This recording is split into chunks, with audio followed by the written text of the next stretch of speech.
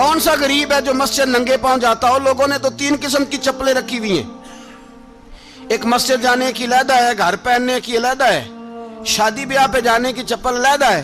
حضرت عمر فاروق رضی اللہ تعالیٰ عنہ نکلے عید کا خطبہ دینے کے لیے، تو بیوی سے کہنے لگے جوتا، اس نے کہا صاحب اتنی دفعہ ٹوٹا ہے اب گانٹھا نہیں جا سکتا، اتنی دفعہ ٹوٹا ہے کہ اب دوبارہ پیمند نہیں لگ سکتے۔ تو حضرت عمر کہنے لگے چل کوئی حرج نہیں، بغیر جوتے کے ننگے پیر ہی چلتے ہیں، کوئی حرج نہیں۔ تو کہنے لگے لوگ کیا کہیں گے؟ فرمایا چپ کر، لوگ جس دن عمر نے یہ دیکھ لیا نا لوگ اس کے بارے میں کیا کہتے ہیں، اس دن عمر عمر نہیں رہے گا۔ تو کہا پھر آپ کا نظریہ کیا ہے؟ فرمایا میرا نظریہ یہ ہے کہ رب رسول میرے بارے میں کیا کہتے ہیں، لوگوں کا کیا ہے؟ لوگ کل کسی کے بارے میں کچھ کہتے ہیں اور پرسوں کچھ کہتے ہیں، میرا نظریہ یہ ہے کہ رب رسول میرے بارے میں ننگے پیر عمر جا رہے ہیں۔ کون جی؟ میں بڑا ماڑا۔ اچھا جناب، کیا کیا غربت ہے؟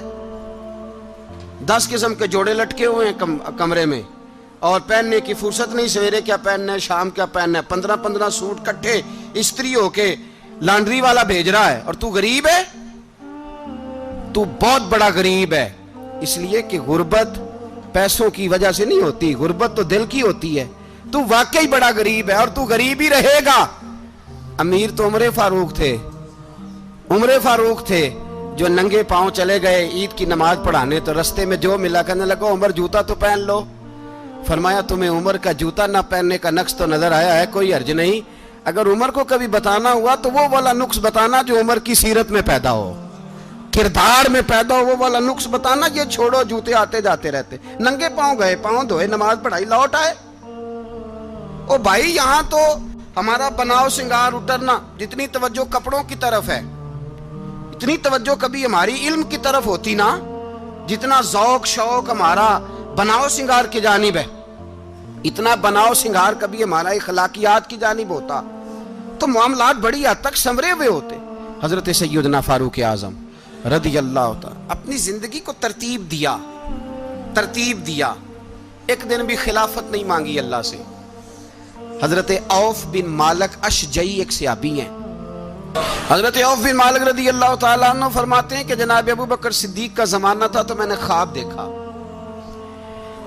میں نے خواب میں جناب عمر کو دیکھا، اور میں نے دیکھا کہ کوئی کہنے والا کہہ رہا ہے کہ عمر وہ ہے کہ اللہ کے رستے میں کوئی اسے جتنا مرضی برا بھلا کہے یہ پرواہ نہیں کرتا۔ کس کے رستے میں؟ بولے سارے۔ اس کا مطلب ہے اللہ کے رستے میں لوگ برا بھلا بھی، قرآن مجید نے کہا وَلَا يَخَافُونَ لَوْمَةَ لَائِمٍ، کچھ لوگ ایسے ہیں جو برا بھلا کہنے والوں کی پرواہ نہیں کرتے۔ آپ یقین کریں اگر پرواہ شروع ہو جائے نا تو دین کا کام ختم ہو جائے، نہ کوئی تقریر کرے، نہ کوئی تدریس کرے، نہ کوئی پیری مریدی کرے، ختم ہو جائے اگر باتوں کی پرواہ ہو۔ لیکن وہ پرواہ، حضرت عوف بن مالک اشجعی کہتے ہیں میں نے خواب میں دیکھا کہ عمر وہ ہے جو کسی کی پرواہ، اور دوسری بات میں نے یہ دیکھی کہ عمر خلیفہ بنے گا، اور تیسری بات میں نے خواب میں یہ دیکھی کہ عمر شہید بھی کیا جائے گا، عمر شہید بھی ہوگا۔ یہ میں نے 3 باتیں خواب میں دیکھی۔ فرماتے ہیں میں نے آ کے خواب حضرت ابو بکر صدیق کو سنائی، وہ خلیفہ تھے، وہ کہنے لگے ٹھہر جا میں عمر کو بلاتا ہوں، اس کے سامنے دوبارہ سنانا، اس کے سامنے۔ فرماتے ہیں میں نے بلایا حضرت عمر فاروق کو، آ کے بیٹھے، خواب شروع ہوا۔ کہا ایک بات تو میں نے یہ دیکھی کہ آپ ملامت کرنے والے کی پرواہ نہیں کرتے، دوسرا آپ خلیفہ بنے گے۔ جناب عمر کہنے لگے چپ کر، ابو بکر کے سامنے ہی کہہ رہا ہے، چپ کر، خلیفہ کے سامنے ہی کہہ رہا ہے۔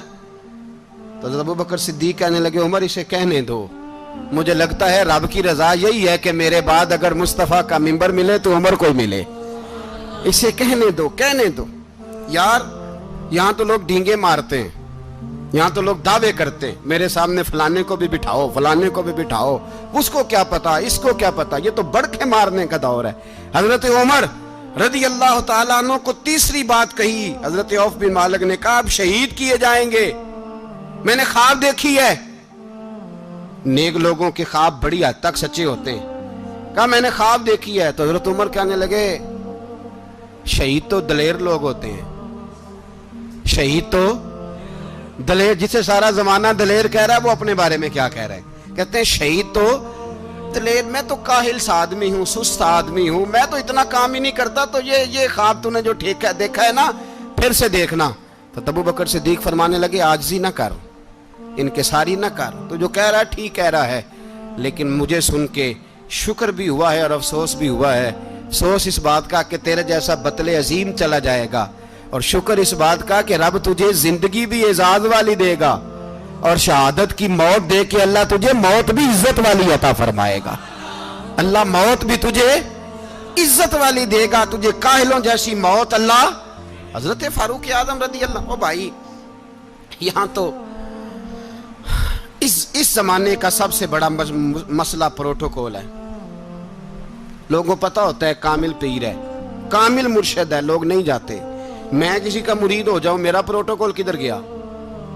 پتہ ہوتا ہے یہ کامل استاد ہے، میں اس کے پاس بیٹھوں گا تو میری تربیت کرے گا، لیکن لوگ شاگرد نہیں بنتے۔ میں کدھر گئی؟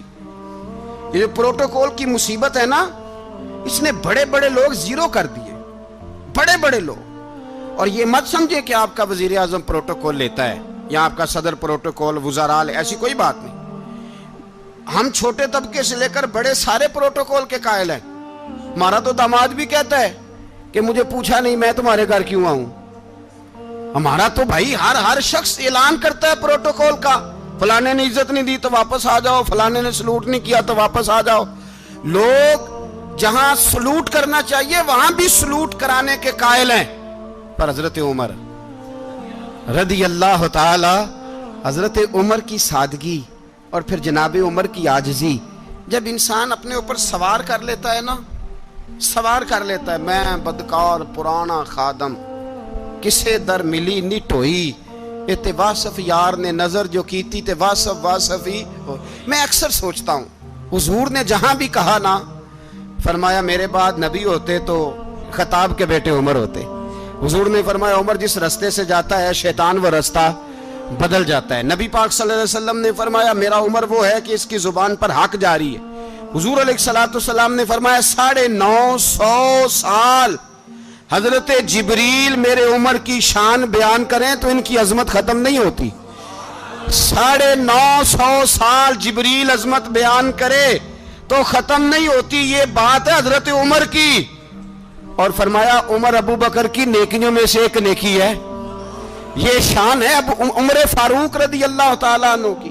حضور نے فرمایا میرے بعد نبی ہوتے تو عمر ہوتے، جس گلی سے عمر آئے شیطان رستہ بدل جائے۔ میرے عمر فاروق کی شان 950 سال بیان ہو تو ختم نہ ہو۔ عمر کی زبان پر اللہ حق بیان کرتا ہے، جو عمر کہتا ہے وہی رب کر دیتا ہے۔ حضور ساری زندگی فضیلتیں بیان کرتے رہے، عمر جواب میں کیا کہتے ہیں؟ کوئی بتائے نا کہ یہ والی حدیثیں کبھی عمر نے بھی روایت کی ہوں کہ حضور نے میرے بارے میں یہ کہا ہے۔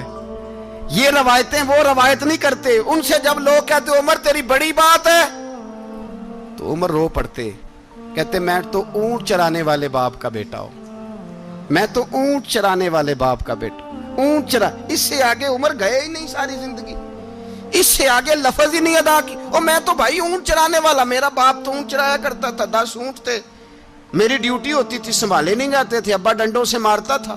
ساری زندگی عمر حج کرنے گئے، ایک خشک تنا کھجور کا عمر فاروق رضی اللہ تعالیٰ عنہ نے اس کو اپنے کلاوے میں لیا، رونے لگے۔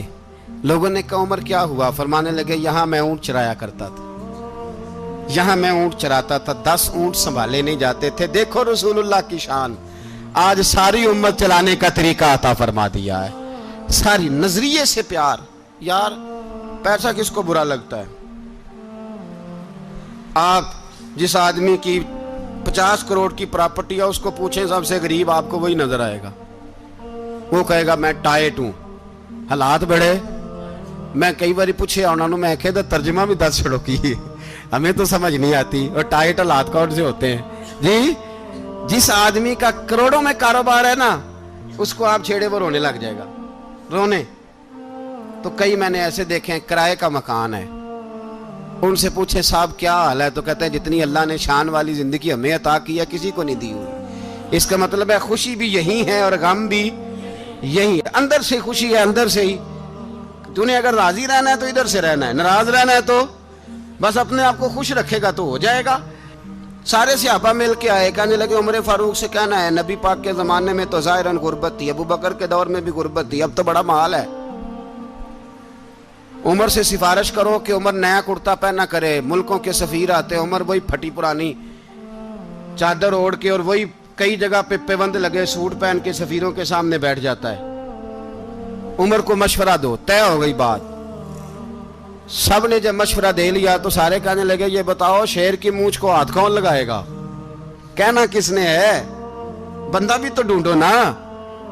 نے کہا جناب میرا یہ خیال ہے کہ مولا علی شیر خدا کہیں گے، کیونکہ جس شخص کی عمر کو سب سے زیادہ حیا کرتے دیکھا وہ شیر خدا مولا علی ہے رضی اللہ تعالی علی کہیں گے، اس لیے کہ جناب علی تو کئی دفعہ جب گفتگو کرتے تھے تو حضرت عمر چپ کر جاتے تھے اور فرماتے تھے علی نہ ہوتا تو میں ہلاک ہو جاتا۔ تو کہا علی سے کہو۔ جناب علی شیر خدا کو بلایا، کس کام کے لیے؟ جی اللہ اکبر۔ یہ ذرا اپنے اس دور پہ اس بات کو ذرا لاکا جناب ان سے کہیں کہ زیادہ نہیں، ایک کرتا نیا پہن لے، سفیر آتے ہیں وزیر آتے ہیں تو ایک کرتا نیا پہن لے۔ حضرت علی کو بلایا، آپ فرمانے لگے کوئی اور بات ہوتی تو میں کہہ دیتا، یہ والی میں نہیں کہہ سکتا، کوئی اور ہوتی تو میں عمر کو کئی دفعہ کہہ دیتا ہوں، جلال میں بھی تو سن، یہ والی میں نہیں کہہ سکتا، میں تمہیں ایک مشورہ دیتا ہوں۔ کہا وہ کیا؟ کہنے لگے سید عائشہ صدیقہ سے کہو، وہ مومنوں کی ماں ہیں، عمر ٹالے گا نہیں۔ اماں جی سے جا کے کہا اماں جی نیا کرتا عمر سے کہیں پہن لیں، وزیر آتے ہیں بڑے بڑے لوگ تو چلو کوئی حرج نہیں۔ اماں جی نے کہا اچھا کوئی بات نہیں میں بلا لیتی ہوں۔ جناب عائشہ نے پیغام بھیجا، جب خادم نے کہا نا مصطفیٰ کے گھر سے پیغام آیا ہے تو 20 لوگ بیٹھے تھے، عمر کانپتے ہوئے اٹھے، کانپتے دوڑے۔ حضرت عائشہ پردے میں تھی تو فرماتی ہیں عمر اتحیات کی حالت میں بیٹھ گئے۔ کہا اماں جی دیر تو نہیں ہو گئی مجھے آنے میں؟ کہا نہیں ٹائم پہ آ گئے ہو۔ کس لیے بلایا تھا؟ کہا عمر دیکھو غربت کے معاملات اور ہوتے ہیں، جب اللہ آسانی دے تو کوئی چیز استعمال کرنا حرام نہیں ہوتی، اگر حرام ہے تو بتاؤ۔ کہا نہیں اماں جی حلال ہی ہے۔ تو فرمایا پھر اتنے سفیر آتے ہیں مشیر آتے ہیں، اب تو مال غنیمت بڑا آتا ہے، ڈھیر لگ جاتے ہیں مسجد میں، تو چل ایک نیا کرتا تم بھی پہن لیا کرو، اور آپ نیا کرتا پہنو گے تو دھاک بیٹھے گی غیروں پر۔ تو صحابہ کا مشورہ ہے کہ آپ نیا لباس پہنے۔ اماں جی کہتی ہے میں نے حکم دیا تو عمر چپ کر گئے، گردن جھک گئی۔ تھوڑی دیر کے بعد سیدنا عمر فاروق نے سر اٹھایا تو داڑھی پہ آنسو گر رہے تھے، رو پڑے، کہنے لگے پاک محبوب کی پاک بیوی جیسے حکم کرتی ہو میں حاضر ہوں، پر مجھے وہ والا لباس پہنانا جو میرے مصطفیٰ نے پسند فرمایا ہے، اگر یہ رنگ رسول پاک کا ہے تو میں حاضر ہوں، اور اگر نبی پاک کا نہیں تو پھر جیسے آپ حکم کریں۔ جناب عائشہ کہتے ہیں عمر روئے تو میں زیادہ روئی، میرا پلو بھیگ گیا آنسوؤں سے۔ میں نے کہا عمر آپ جائیے۔ عمر یوں نکلے تو جو صحابہ کھڑے تھے وہ کونے میں تھے، سارے آ گئے۔ کہا اماں جی کیا بناؤ؟ فرمایا بھائی تم سب جو باتیں کہتے ہو وہ اپنی جگہ ٹھیک ہیں، پر عمر جو بات کرتا ہے وہ سب سے زیادہ ٹھیک ہے۔ عمر جس پہلو پر بات کرتا ہے وہ یار ایسی عاجزی، ایسا رنگ، ایسا انداز، ایسا طرز حیات، ایسی زندگی۔ اولاد کے معاملے میں لوگ بزدل ہو جاتے ہیں، بزدل، پر حضرت عمر کا بیٹا مصر گیا، وہاں سے کمائی کر کے لایا، تجارت کرنے گیا، لاکھوں کا مال۔ کون سا باپ ہے دنیا میں جس کا بیٹا باہر سے پیسے لے کے آئے تو ابا تفصیل پوچھے کہ بیٹا کہاں سے کمائے، کہاں سے لایا، کتنے ملے، کیوں آئے؟ کون سا باپ تفصیل پوچھتا ہے؟ ابا تو کہتا ہے لا صحیح، اور تعریفیں کرتا ہے میرا بیٹا بڑی کمائی کرتا ہے۔ کبھی پوچھا ہے اس سے کہ ڈیوٹی صحیح دیتا ہے کہ نہیں؟ کبھی پوچھا ہے کہ تو ایمانداری کی روزی لاتا ہے کہ حرام کی کماتا ہے؟ یہ باپ کی ذمہ داری ہے، یہ اماں کی ذمہ داری ہے۔ پھر کہتا ہے بیماری کیسے آ گئی، پریشانی کیسے آ گئی؟ تو نے کبھی سوال کیا اپنی اولاد سے؟ حضرت عمر فاروق رضی اللہ تعالیٰ عنہ کا بیٹا مصر سے پیسے کما کے لایا تو جناب عمر نے بلایا، فرمایا بیٹے اتنی تو تیرے پاس راس ہی نہیں تھی، تھوڑے سے تو پیسے لے کے گیا تھا، اتنی کمائی کیسے ہو گئی؟ اتنے تو پیسے نہیں تھے صاحب، کہاں سے کمائی لائے؟ اس نے کہا ابا جی وہ جو میرے چچا ہے نا مصر کے گورنر، آپ کے دوست، انہوں نے میری مدد کی ہے. فرمایا جتنے لوگ گئے تھے سب کی ہے مدد اس نے؟ کہا نہیں صرف میری کی. فرمایا تیری کیوں کی؟ تیری کیوں کی؟ کہا حضور آپ کے دوست ہیں. فرمایا چپ کر حضور انہوں نے مجھے اتنے پیسے دیے, میں نے کاروبار میں ڈالے تو نفع آیا تو میں ان کی رقم دے کے. فرمایا خاموش ہو جا, باقی جتنے لوگ گئے تھے سب کی مدد کی اس نے؟ کہا نہیں حضور صرف میری کی. فرمایا اس نے تیری مدد نہیں کی, اس نے خلیفہ کے بیٹے کی مدد کی, اس لیے کہ وہ خلیفہ کو اپنے حق میں نرم کر سکے. فرمایا آدھا مال تیرا ہے, آدھا مال غنیمت کا ہے, مال خزانہ کا ہے, مسلمانوں کا ہے, اس لیے کہ تو جو وہاں سے مال کما کے لایا ہے وہ اپنے باپ کے خلیفہ ہونے کی وجہ سے کما کے لایا ہے, لہذا رکھ ادھر. یہاں کہتے ہیں کدھر سے آیا, کیسے آیا, کون سا حساب دیں, کیا کریں؟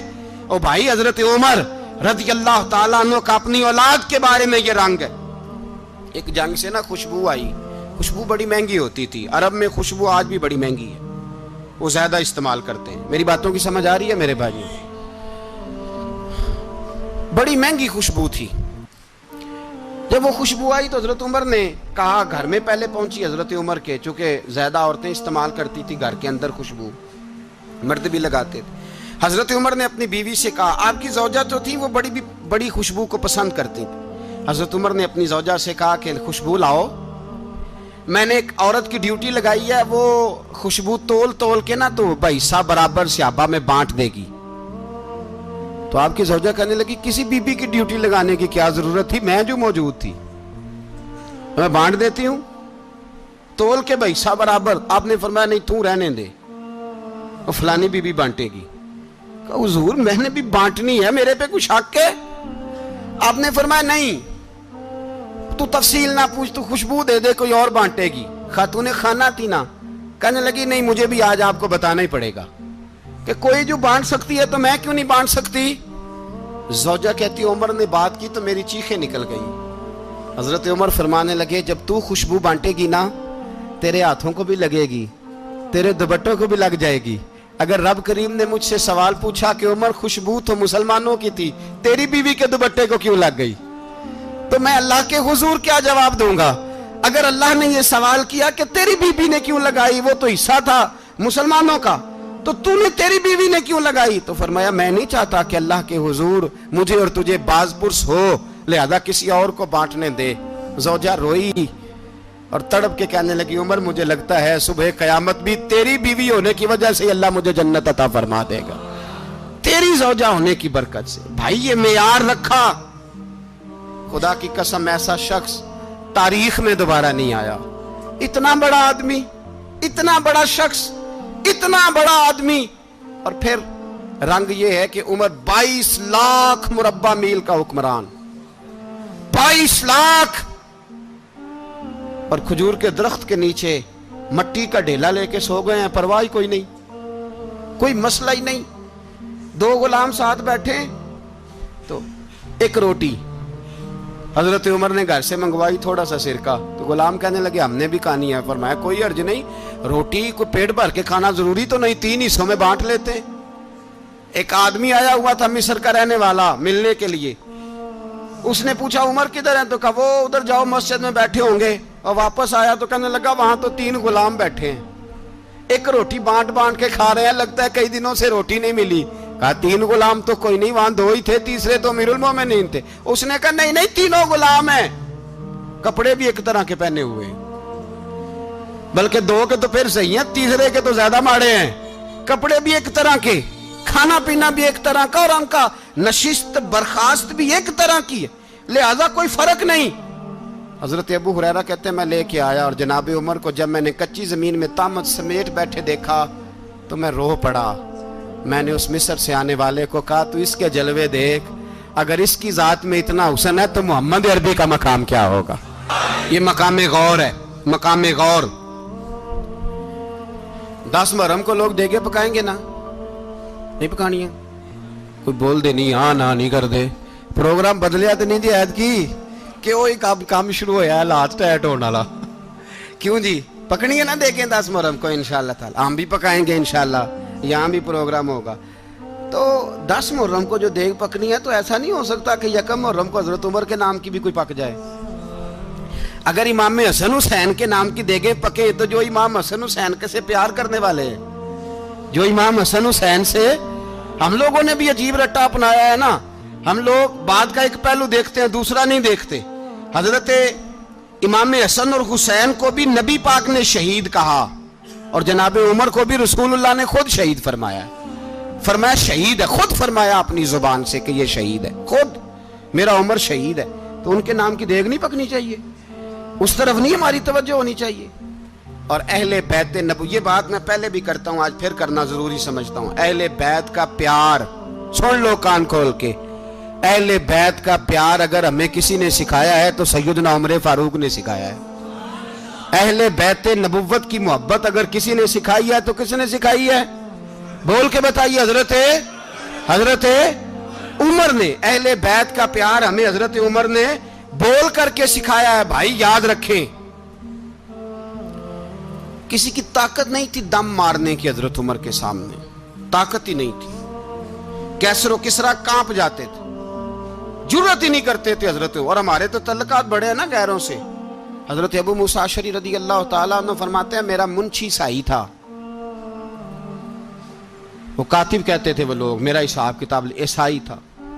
تو فرماتے ہیں ایک دن میں نے وہ سارا حساب کتاب لین دین کے حضرت عمر کو دکھائے تو فرمانے لگے جس نے لکھے ہیں اس کو بلاؤ۔ کہنے لگے حضور مسجد نہیں آ سکتا۔ کیوں نہیں آ سکتا؟ کہنے لگے وہ عیسائی ہے۔ کہتے ہیں حضرت عمر جلال میں آ گئے۔ آپ فرمانے لگے جنہیں رب دور کرتا ہے تم کیوں قریب کرتے ہو؟ جنہیں اللہ دور کرتا ہے۔ فرمایا تم غیروں کو اگر عہدے دو گے تو اپنوں کا کیا بنے گا؟ اگر تم غیروں کو عہدے دو گے تو اپنوں کا، یہ سوچ ہے جو آج برما کے مسلمانوں کے لیے بھی ضروری ہے۔ کہا اگر تم غیروں کو عہدے دو گے تو اپنوں کا۔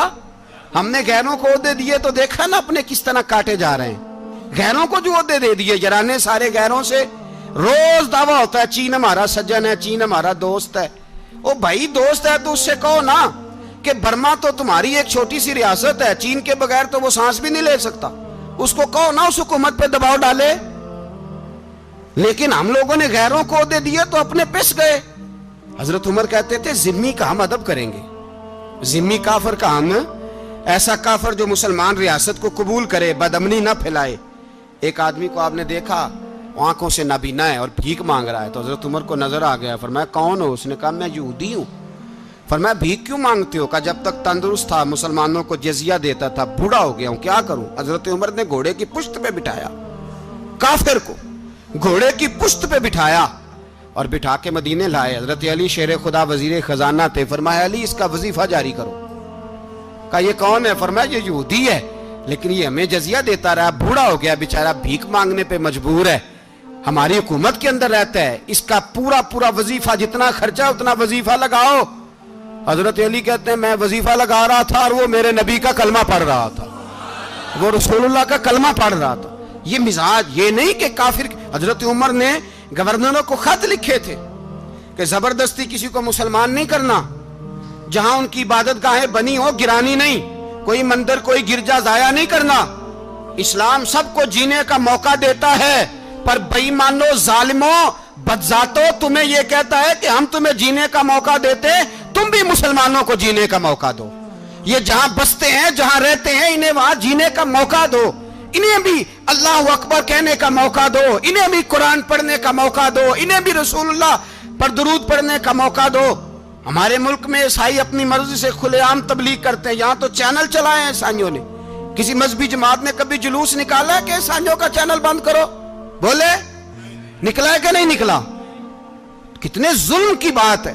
ہم جب غیر کو اتنا تحفظ دیتے ہیں، اتنا تحفظ دیتے ہیں، ہم نے دیکھا ہے مجھے بیسیوں لوگوں نے عید پہ ٹیلی فون کیے کہ عیسائیوں کو قربانی کا گوشت دے لیں، مجبور ہیں جی، دروازے پہ آ گئے ہیں، ہمارے کام کاج کرتے ہیں۔ بیسیوں لوگ، عام آدمی کے دل میں ان کا اتنا جذبہ ہے، وہ مسائل کا بیان کرنا ایک علیحدہ بات، لیکن ہمارے دل کافر کے حق میں بھی نرم ہو جاتے ہیں۔ تم کس قدر زیادہ بے ایمان ہو اور کفر کس قدر زیادہ ذلیل ہو گیا ہے کہ مسلمان کے حق میں نرم ہوتا ہی نہیں۔ اور اس سے بڑے ذلیل وہ ہیں جو ان ذلیلوں کے سپورٹر ہیں، وہ کسی عرب ملک کے حکمران ہو یا کسی اور جگہ کے، وہ بڑے ذلیل ہیں جو ان ذلیلوں کے سپورٹر ہیں، جو برما کی بچیوں کے